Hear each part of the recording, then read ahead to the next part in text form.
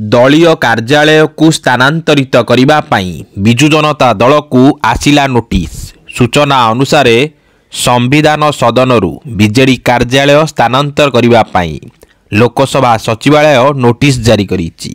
सूचना अनुसार विजु जनता दलर कार्यालय कोठरी नंबर 45(1) रे रहिछि। नियम अनुसार अति कम रे 8 जन सांसद थिबा दल को एही कोठरी दिया जाए। एहाठारु कम सांसद थिले एहाकु नै बाचस्पति निष्पत्ति नियंती। गत निर्वाचन रे लोकसभा रे बीजेडी रो प्रतिनिधित्व शून्य एवं निकटरे 2 जन राज्यसभा सांसद बीजेपी रे जोग देबा परे बीजेडी रो सांसद संख्या एबे 7 रहिछि। नु बीजेडी रो सांसद संख्या दृष्टि बीजेडी को 45(2) कोठरी को जिबा पई कोहा जाईछि। वर्तमान 45(2) कोठरी रे एआईडीएमके रो कार्यालय रहितिला बेले जेडीयू को बीजेडी कार्यालय दिया जिवो बोली सूचना मिलिछि।